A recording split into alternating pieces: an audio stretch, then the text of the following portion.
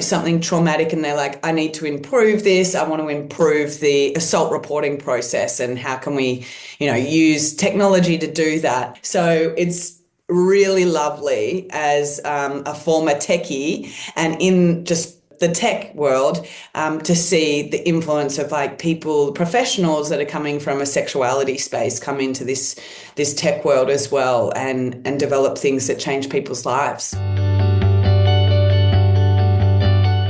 Hi, everyone. I am Michelle Melville Cashan. I am the Community and Content Director here at Sexual Health Alliance. And today I'm with Bryony Cole. Bryony is going to be presenting at our online event, Cross-Cultural Perspectives on Sexual Health, happening in March 15th and 16th, happening 2025 online. So welcome, Bryony. Thanks so much for having me, Michelle. I'm so excited to bring a bit of an Aussie lens to what you're doing and really excited for the conference. It's so important. Yes, we're so happy that you're going to come talk with us in March. Can you tell us a little bit about yourself and what you do? Sure. So I've been in the sexuality space for almost 10 years now, which feels bizarre to say that because my previous life was in technology. And so I've brought that to bear on the sex space. So I'm focused mostly on sex tech and innovation around technology and sexuality from sex ed, sexual health, which we'll be talking about today, assault reporting, as well as pleasure, pleasure devices, anything that incorporates technology into sex. And at the moment, we are up to cohort 16 of Sex Tech School, which is a 6-week school I run for founders and people that want to pivot their career into this space and maybe take what I did, which was my tech knowledge, and bring it in, or maybe an agency they've been working at, or any sort of old life they've had and bring that to bear on the sexuality space because we need so much more, professional support and development in this area, I think. So Sex Tech School is my main focus. And then I also have a podcast, which is where I got my start, that's come back now after a little break called Future of Sex. Yes, I love it. And I remember hearing about sex tech several years ago, and I was like, what is sex tech? Like, I had no idea Yeah. what it was. And I just started talking to people in the industry and following people like you on LinkedIn just to figure out Mm, about what it is. And I know you already mm, mentioned a little bit, like it's this crossover between yeah, and technology. So can you just tell us if somebody is brand new, never heard of sex, sure. how would you describe it? Yeah, the easiest way I describe it is as the compound of those two words. So sexuality and technology. And if you look at that as, two different buckets, everything in that sexuality bucket, not just the physical act of having sex, but our health, our education, crime and violence reporting, sexual medicine, toys, porn, dating apps, entertainment. Like it's huge. Sexuality incorporates so many things. Really, it incorporates what it is to be human, and our identity as well. And then how that bucket intersects with technology. So the first thing people think of when I say sex tech is robots. And I'd say, yes, yep. And so that's sort of the most sophisticated technologies, robotics, of course, AI companions are considered sex tech. Mixed reality, so VR, I think VR sex education, or VR porn, AR augmented reality, and then right down. So they're more complex technologies, and then you have simpler technologies like apps. So think about sexting apps or apps where you learn more about your body, or apps for couples, dating apps as well you can put in there, websites where you're going to learn about sex ed, and then devices. I was looking around my room, I was like, what can I show you that's sex tech in here? It's a little further away right now.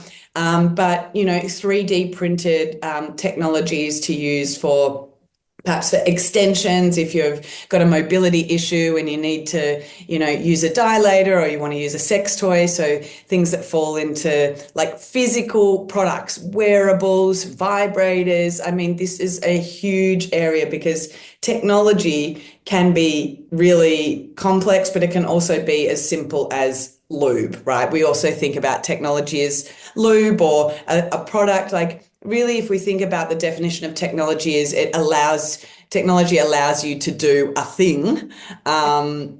it can be really simple too. So sex tech is this huge industry where those two things, sexuality and technology, cross over. It's worth billions of dollars. Every time I look at a report, it's a new billions. You know, yesterday it was 30 billion, tomorrow it'll be 120 billion. Cindy Gallup, if you speak to her, she'll say it's the next trillion-dollar category in tech. And I tend to believe her because it's infinite and it will continue to be as technology just plays such an important role in our lives. Yeah, and that's one of the things that initially drew me to learn more about what sex tech is. I had seen an article that was like, sex tech industry will grow by billions. And I was like, well, Yeah. it's sex tech. I got to find out about this. I got to get in there.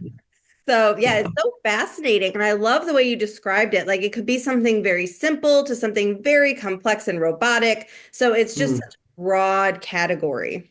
Yeah, yeah, and I think the most interesting sex tech that I see these days is really coming from people with lived experience, whether that is an epiphany or something traumatic, and they're like, I need to improve this. I want to improve the assault reporting process, and how can we, use technology to do that? It's incredibly inspiring, and it I think really speaks to people in the sexuality field. We're all so passionate about what we do and feel it's so meaningful. And the same, Michelle, can't always be said for people in the tech industry. So it's really lovely as a former techie and in just the tech world to see the influence of like people, professionals that are coming from a sexuality space come into this tech world as well and develop things that change people's lives. Yeah, definitely. And one of the first people I actually talked to when I started investigating this space was the founder of Bumpin'. And they created a device for people with disabilities to help, Yes. help, like, what is it? Like hold sex toys and things like that. Yeah.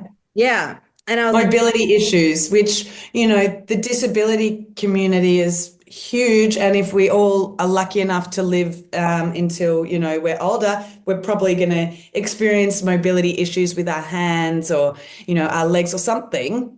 So I think it's so, we're all part of that community as well. But it's so inspiring, isn't it? Especially Heather and Andrew, who founded Bumpin', like just hearing their story. Yes, definitely. So you are from Australia and you're going to be speaking about Australia during our event. Yes. So could you tell us I love it. could you tell us a little bit about the general view of sexual health in Australia? Yeah, I think we're generally somewhere in the middle, in terms of sexual health. I know we set ourselves apart from the US in that our public health system is pretty amazing. Sexual health is still influenced, of course, by cultural factors, stigma, taboo about sex as well. So chlamydia is like the number one at the moment issue, especially with young people. I think that that's not too different to other parts of the world. But our public health system is pretty good, and you can go and see a doctor and a GP. The issue is, have they been trained to be able to talk about sexual health in a way that doesn't embarrass people? And so a lot of the resources are freely available to go to and to see doctors and to get tested. But actually getting to the general practice or the thing to do the tests is the real challenge here. Yeah. Yeah, and Does then that make sense? it does. And then finding that professional who knows, how to talk about sex, like you said, in a way that doesn't make you embarrassed and has that knowledge and feels comfortable with that topic. Yeah, yeah, I think that's the biggest problem. And then if and we're going to talk about this, I'm sure it trickles down, but the use of condoms and again, just like access to things like, why am I blanking, IUDs and those sorts of things are available, but it's getting people to use them is the big challenge. And like the States, I think so much of this, because comprehensive sex education is kind of hard to come by still, it falls on brands to do the Mm. work of educating around, hey, you should be using condoms or, this might help with your sex life, and it's important to go get checked. So much like the States, I feel like practices around sexual health and education fall on sex brands in terms of the education for the general public. Yeah, and that's so fascinating. It leads me to my next question for you. What is the state of sex education like in Australia?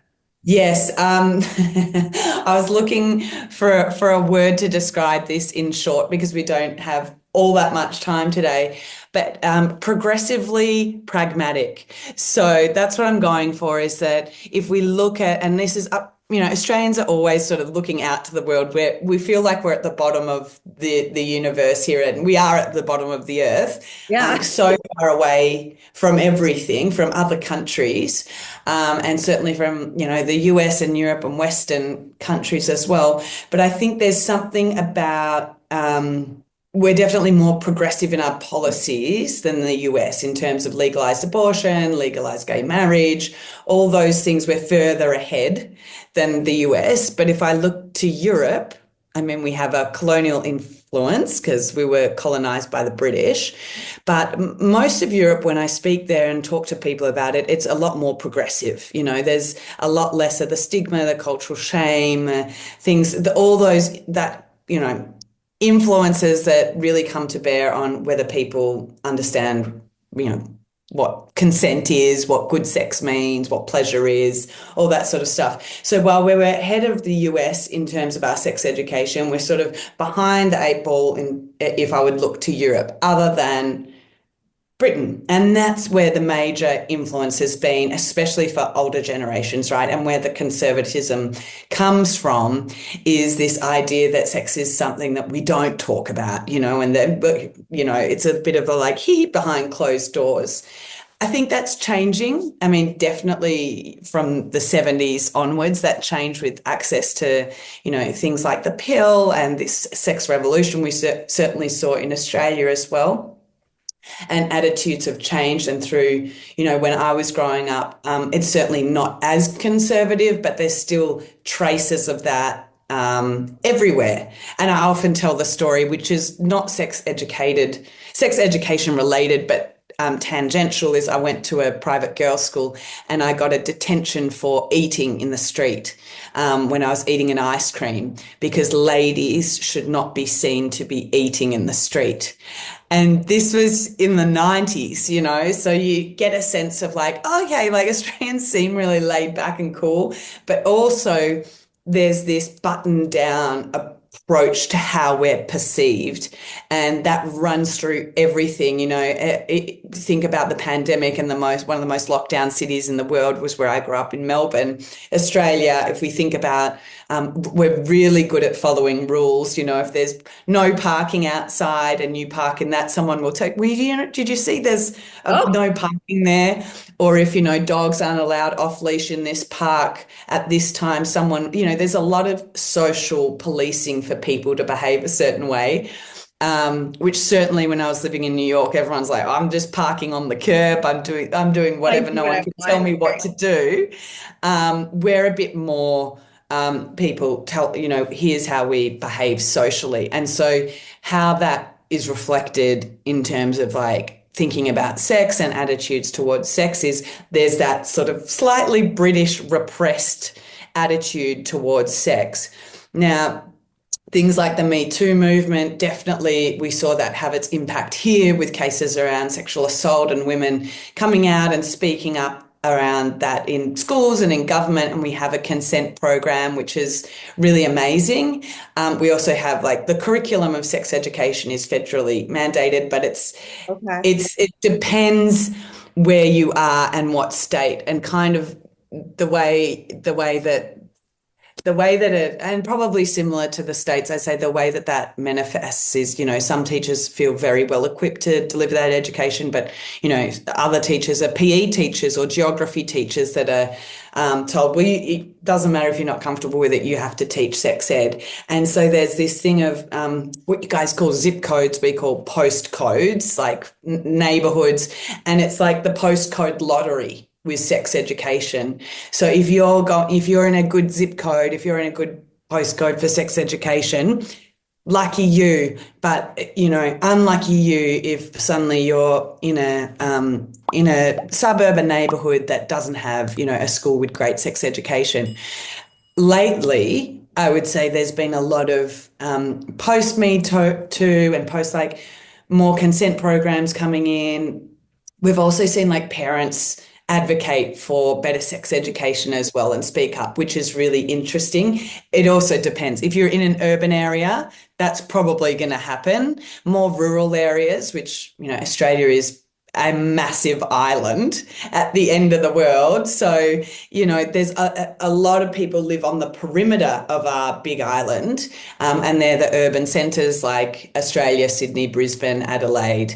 But in the more rural areas, you don't have as much, just like everywhere in the world, as much sort of activism and progressive attitudes towards sex. So that's where it kind of slips down a bit, and where sexual health and getting tested isn't as regularly sort of put out as campaign messages.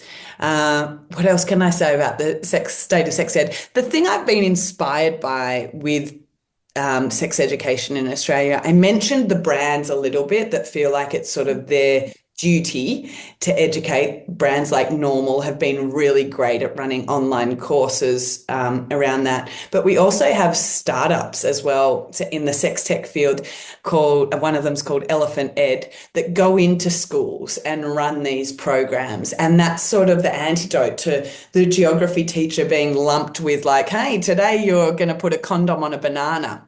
So that's been really amazing to see, people answer what is clearly a big gap in the education system.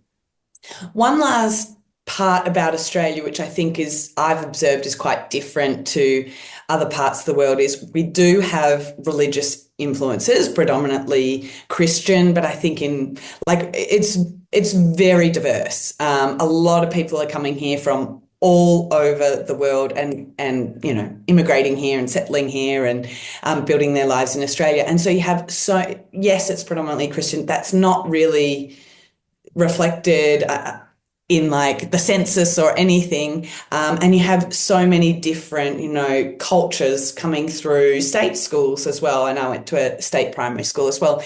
And so it's very hard to track like what sex education you might be receiving as well from that circle around you. It's not, like there were Muslims and Hindus and Christians and Catholics all at the same, Jewish people all at the same school with me. So there wasn't a big religious focus, but I think at home you're going to see that, and obviously in your communities as well. But it really stands out to me, especially when I go to America, of like how much a melting pot, New York is a melting pot, but how much of a melting pot just in general the country is here.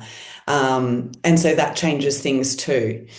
Yeah. I'm going to stop there because I could just chat forever about Australia. I know, and I love it. I am so excited to hear more. And I was going to ask you, like, what influences, like, the state of sexual health and sex education, and you did just touch on religion, because I was curious, because I know, like, in the US, religion does have a big influence on policies, and it goes state by state. And you had also mentioned like the area, like the zip codes, how sex education can differ. And that's how it is here with our whole schooling system. Like if you're not in like a good zip code, like a good neighborhood, your whole education is different than somebody who lives maybe 10 minutes away, who lives in a better neighborhood, whose school gets more funding. And that also trickles down into things like sex education. Some schools might not even have it, or it might be, something very basic, like we go over anatomy and menstruation and that's it, and we don't talk about anything else. And so it really varies a lot here, depending on the area that you're in. So other than those, like other than religion, does anything else influence sexual health in Australia? I think like, this is my passion area, but I do think technology, like I think digitally, we're very influenced. And I would say that for me growing up, it was like watching MTV, and movies that American culture filtered through. But I think, these days it's TikTok and trends like that. And so we know, yes, that can be great on one hand, but it's wildly inconsistent. And so, depending on what your algorithm's set to, you could be receiving like totally wrong information as well. So, I think it plays a huge role in, yeah, especially with young people or people that didn't receive great sex education at school. To your point, they just got an anatomy lesson and then they're like, well, what is this thing, this celebrity or this person's talking about pleasure and what? Right. Orgasms. Um, but I think the challenge there is where is your algorithm or what's it set to? How do you know who to follow? And so it's become important, but I think it's a significant influence in how people learn about their own bodies and their sex education, and also how culture evolves in Australia too. I mean, we always, I think, I can't speak for all Australians, but I do feel Australians look up to America and American culture. And so attitudes about sex come through movies, what's showing on Netflix, other shows around that are, often set in the States that reflect the views of America. So it's not entirely distinct from the States in that way that, we're all glued to our screens now and get a lot of our information about sex from social media. And, Right. we can't neglect talking about adult entertainment too, which has become for many people default sex education and technique education, for better or worse. So, is there like a generalized opinion on adult entertainment, like in Australia? Like any like legal issues that come up, anything like that?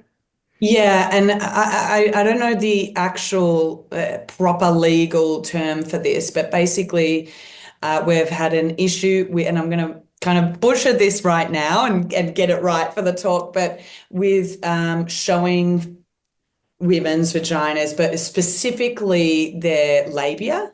Hmm. Now, it's often blurred out, and there's really interesting stats, which I'd love to sort of bring to the talk in more detail around labiaplasty as a result of blurring out anything that appears, outside the vagina in adult entertainment.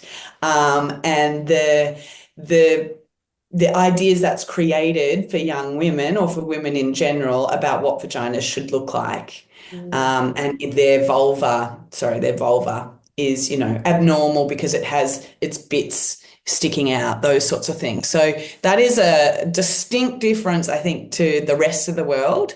And I need to research where it came from, but I think that's the first thing that came to mind, where people are often shocked to learn that, yeah, we blur out. Right. And I think that's fascinating. And I think that's such a good teaser for what our audience can Okay. learn more about. Hopefully I explained it all right. But yeah. Yeah. All right. So tell me, is there a Okay. common myth or misconception about sex, particularly in Australia, or maybe that you just hear in general that you'd like to dispel for our audience today?